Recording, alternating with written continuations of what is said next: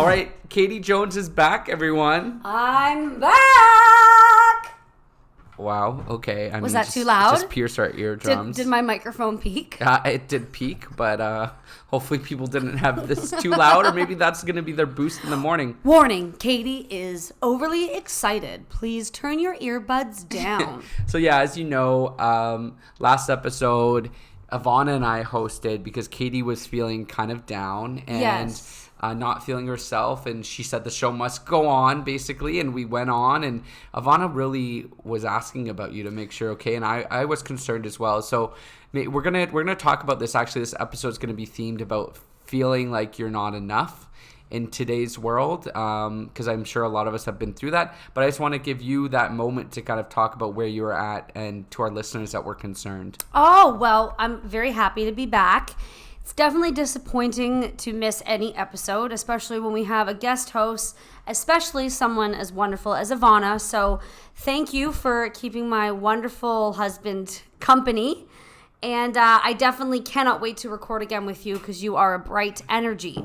Last week was something that I find is important to talk about because it was a day for me, an afternoon transitioned into evening moment where I just was not mentally focused, was not like spiritually ignited. I was not feeling very good, kind of down in the dumps, definitely self-doubt. So I guess this episode we're just going to be talking a little bit about mental health and the varying degrees that it can kind of come in for people. Yeah. So as for me, I have never really struggled with any mental health, anxiety or depression or all the other different elements. That was going to be my next question, actually. Yeah. No, I personally haven't. That doesn't mean that, in future coming years, I may not. Who knows? Because, life is a complicated and scary process that we're all a part of. But no, I just kind of woke up in not the best headspace, kind of feeling lots of different thoughts of self-doubt, and am I doing the right things in my life, and am I letting kind of opportunities pass me by, or am I truly just embracing the moment that I'm living right now? So I tried to get out of that because I definitely don't enjoy feeling that way, as I'm sure everyone can relate. And I also didn't want to miss our episode. So I did what I could that morning.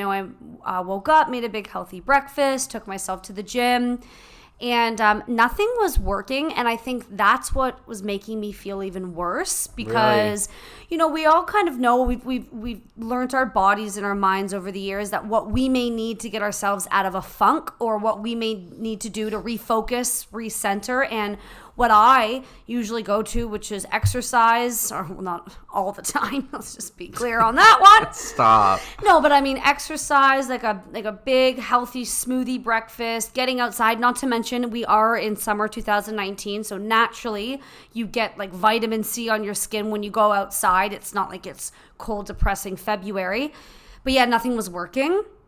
And so I started internalizing that, and it started kind of freaking me out. Why aren't I feeling any better? And I think maybe if I had just been told myself that it's okay to feel this way, just keep pushing throughout the day. But I kind of hit a wall, and I went, okay, these things haven't been working. It's a beautiful day. That's not working. I get to meet up with my partner later, which I always look forward to. That's not working. And it just kind of started spiraling.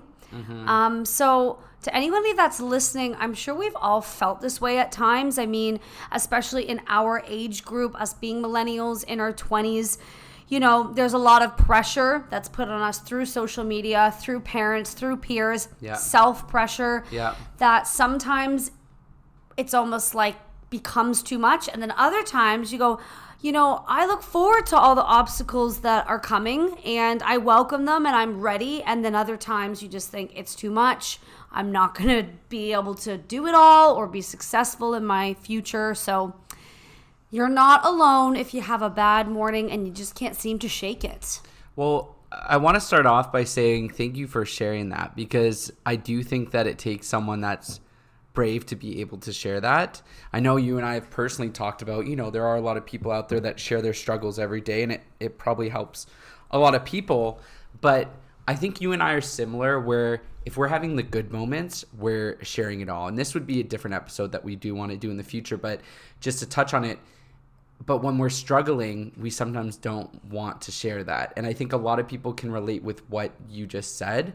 So I do appreciate it. And it's interesting because when you said that you couldn't meet up that day because you were feeling that way, I felt like something was up with you, like it, because that's not like you. Like, I mean, maybe you've had those struggles, but I've known you for 5 years and you've probably gone through it, and everyone goes through it like once in a while. But just the fact that even you did all those steps, and that's what everyone always says, if you're feeling sad, go to the gym, or if you're feeling upset about yourself, treat yourself to like a nice breakfast or whatever. But you did those things and you're still feeling in a funk, and it just shows that like that is like mental health and having those struggles.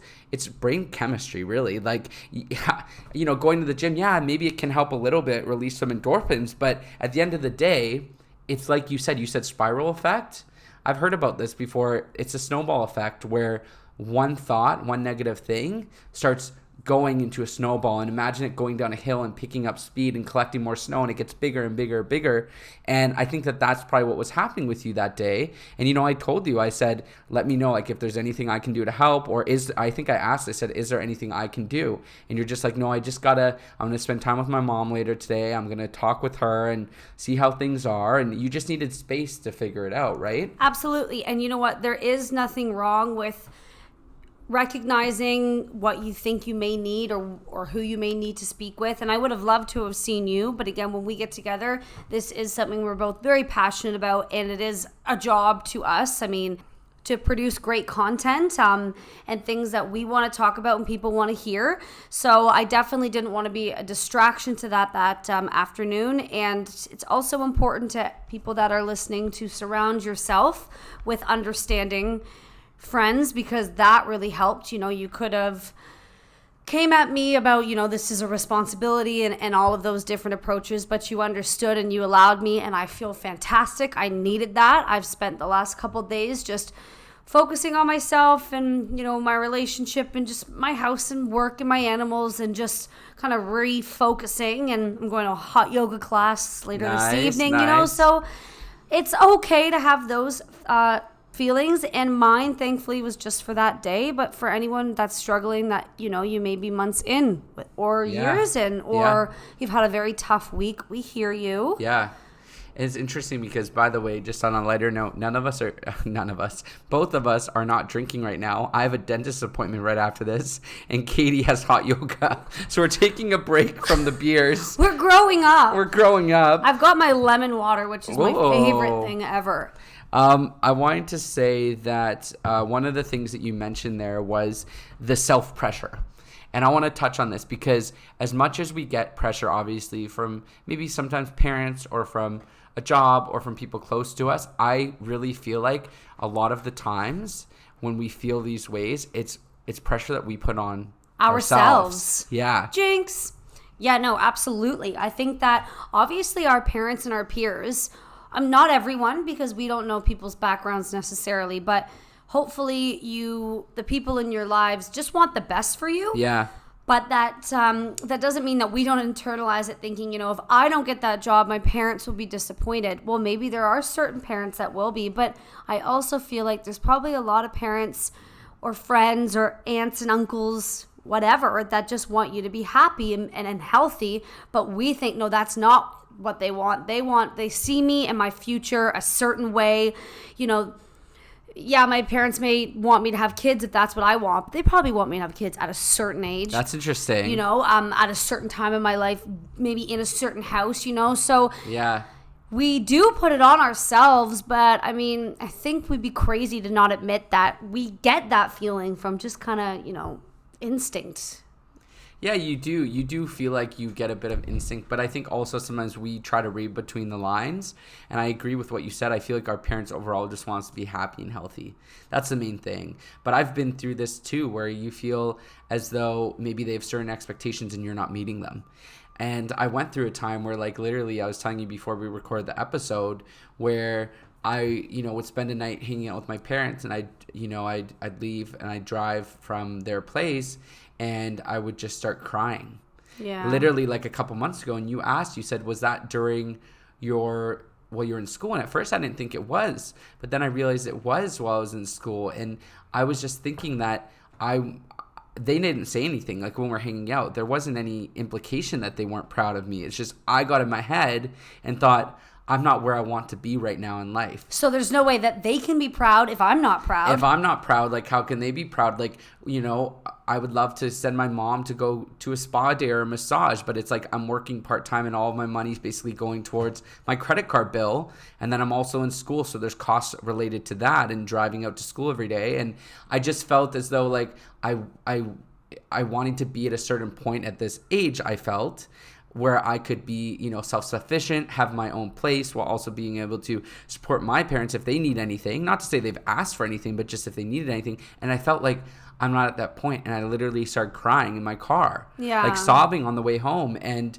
I just wanted to share that with people because so much of the time we don't share these kind of things, and everyone's like, oh, well, your life's great and you're doing great and you're posting this and, I wish I had your life. And I'm not being narcissistic. These are things that people have said. Like, I wish I was part of your family, and I have a great family, and I'll acknowledge that. They're awesome. It's just my own self-doubt thinking that I wasn't doing enough. Yeah. And it actually took me to go to therapy, which I remember talking to you about.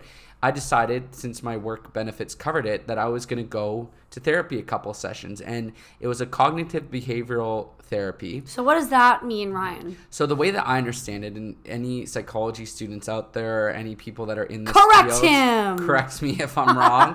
But the way I understand it was that basically you're learning to change behaviors and kind of the way that you think or act on things by talking things through and realizing that like things that happen or things that you may be thinking or feeling could be caused by the thoughts that you're putting out there. Sorry if this isn't like the right way. So wait, I have a question. Yeah. So cognitive therapy, if I'm understanding this right, is you're kind of hoping to learn about yourself through conversation instead of through like prescription. Exactly. Like let me just get I'm going to get the definition here.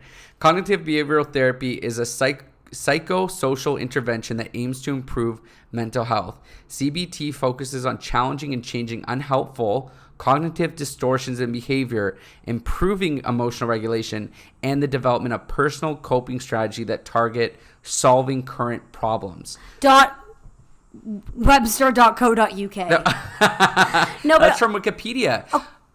Did you attend grade 5? Weren't we taught in like grade 5, like never go to Wikipedia? No, but the way that they're describing it is the way that I understand, which is basically like exactly, rather than just going right on medication or whatever, it's to talk through things, to understand your thoughts, because your thoughts are at the core of how you're feeling a lot of the times. Now, of course, like certain people have different imbalances in their brain, and maybe, I don't know whether this would be effective or not. Maybe for a lot of people, it's part of the strategy of getting better. But for me, doing this was enough to understand, to target, hey, wait a second, I don't think maybe that certain people are proud of me.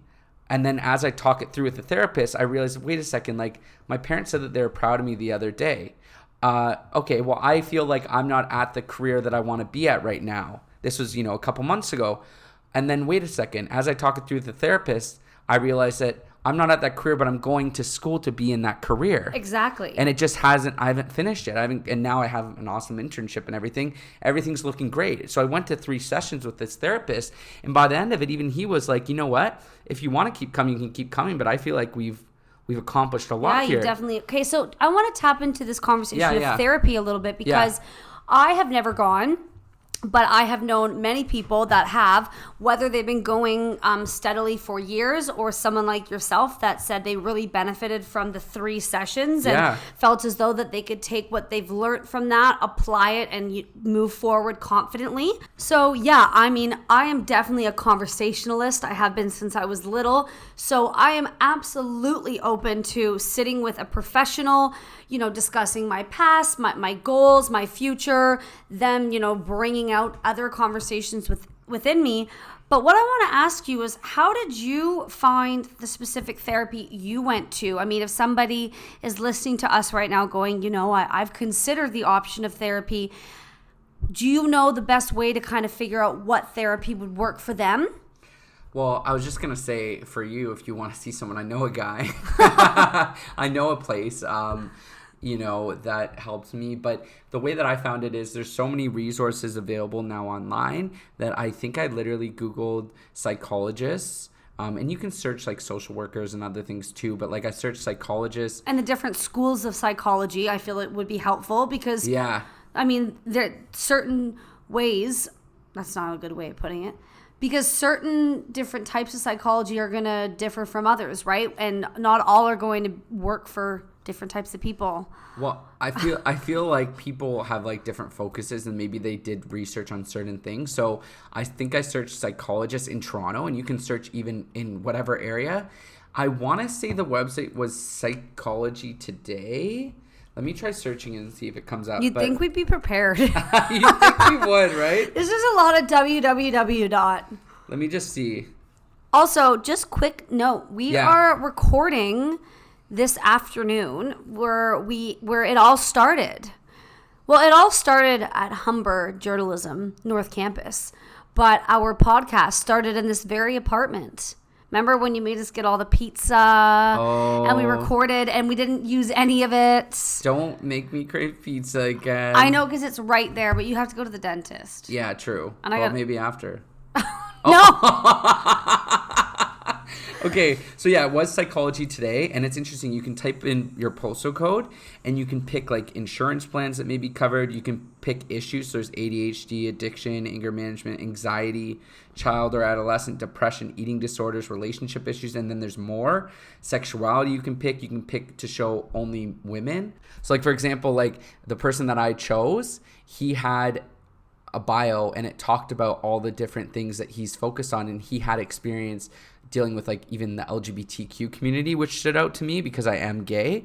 So you can see their bios and see specific things that they work on. Read about them and kind of, it's almost like making an informed and educated decision to an extent. It is. So I recommend everyone do that, because I think that's part of it, is people don't know who to call, and then once they call, they don't know whether they're going to like their therapist. So I would say like go and read through their bio and see their research and see if it aligns with what you're looking to work on. But I would say the biggest thing is, and like he even gave me tools. So I remember there was one point where the first session, he wanted me to write down when I feel a negative thought, like, about maybe not being good enough. Like you were saying that maybe you were implying that you may have felt that a couple, last week or whatever. And I'd write down what I was thinking. I may be butchering this, but like what I was thinking, where I was thinking it, what time I was thinking it, and what triggered that thought. And I think the other part was like anything that could and anything that's like to the contrary. So say I was feeling like I wasn't good enough, I could write about like, well, why all the things that I am doing that is good enough. So anyways, the idea is that to be cognitive of what you're feeling and why. And that because a lot of the times these negative feelings start out of nowhere. And that's why I realized as I started tracking it, is it would be just a random thought and then it would snowball. Whereas when I was tracking it, I'd write down how I'm feeling in the moment and that was another thing, is how long it lasted. And then I'd realize that when I was cognitive of it, it didn't spiral to ruin the rest of my day. It would just be that moment and then it would pass. Absolutely. And I think that definitely speaks to being self-aware. And that's why I believe in the power of therapy, although I haven't had the privilege of experiencing it yet, and not getting into the public North American school system in elementary school, because that's a whole nother can of worms. I'd rather talk about Donald Trump. But looking back on those years, I remember the kids that would have to speak to the counselor, or that needed to have those one-on-ones, where the kids that got in trouble, or the kids that maybe had like learning disabilities might be a word not appropriate, but what I mean is maybe some kids that struggled with classrooms and behavioral issues. And so it was more like the kids that weren't like everybody else. That's what it felt like when you were younger, maybe. It wasn't encouraged, it felt like, to everyone. It was encouraged to the people that had clear issues. Yeah. Whereas everyone could benefit from therapy, in my opinion. It doesn't matter if you are struggling with math or struggling with anger management or not being able to keep up with all the other kids in your class. Everybody should go and be able to talk about issues, or not even issues, just talk to a professional about how their day is going or how their school year is going. But it was just so, like that kid's got to go down to the guidance counselor. Yeah, it's true. And so we kind of grew up with this stigma of like only the crazy kids or the bad behaved or the slower kids, they have to go talk to somebody. Everybody else is normal and they don't have to deal with that, when that is so far from the truth. Yeah. No matter how much you have your life together, or you think you have your life together, or how amazing your upbringing was, or how great your family life is, that doesn't mean that we as individuals and as people would not benefit from just sitting down with someone and going like, hey, this is what's going on in my life. And even if everything is great, just talking to someone that can open your mind and make things a bit clearer. I'm going. I love this. You gotta give me his number. I know, and I don't know if I sent you this meme or not, from Beige Cardigan. Oh my god, guys, he actually has it ready. He doesn't have to go looking. I have it ready. He doesn't have to go looking for it. It's a tweet by Jordan Lancaster on Twitter, and it says boomers. You know, like those memes where it says like certain people are saying, like it'll be boomers, and then it will say what they say. Anyways, okay. So it'll say, boomers, I heard she went to, and then looks nervously around, therapy. And then it's like millennials. LMAO, y'all, guess what my therapist told me today? Yeah. Millennials and Gen Z. Because it's so true. It's like we talk openly about therapy, which I do appreciate. And that's why I'm talking about this on the podcast, because I still think there's more that we can do. Yeah. But like the stigma has lifted, but we still have a lot farther to go. 100%. And like us being open about it can encourage other people to go, because it's not just that you have this persisting issue, and some people may, and they do, need to go therapy regularly, but there's a lot of people out there that could benefit from a couple of sessions to work on their negative thoughts, because this helped me a lot. And like, I still have negative thoughts sometimes, of but course, it just helps you be more confident, I think, in yourself, and understanding that you may feel like you're in a certain spot right now, but things get better. And I can tell everyone that like a year ago, I was going through the same stuff that Katie was going through, which was that, and Katie, tell me if this is too personal, but like getting to a point where I felt that I wasn't where I wanted to be in my career, especially with us who did a postgrad for 2 years and did an awesome internship and did really well at our internships. And I wasn't getting any journalism jobs, right? Yeah. I had a couple of short-term gigs, which I'm thankful for, but it took me like a while, and it was like probably a year of just being like, working a part-time retail job, which was a great experience, but I wasn't in the field that I wanted to be. I mean, sometimes it's those thoughts that you have, and I still have, not nearly as much as I used to when I wasn't in the position that I am now, but Ryan and I were kind of trying to figure out the best way of putting it, and we're both, it's on the tip of our tongues, but like reaching your full potential, or, achieving what you're most able to. You always felt like you were meant to do. Yeah, but stuff like change. that. But it's like, there's some people that go to work day in and day out and they're not happy there, and they know that they can achieve more, or they could be doing something way more suited for them. And then there's a little bit more my situation where I love what I do, and without, dusting my own shoulders off, I'm very good at it, and I make an impact while I'm there, and I know the work that I do is definitely appreciated by the community that I do it for. And while I am there, I love my career, but I know that it's not something I want to be doing in 10, 15 years. I mean, even less than that. And I also feel like it's not something that I want to scream and it's also not a career that I want to, stand on the top of a mountain and scream to everybody that I'm doing either.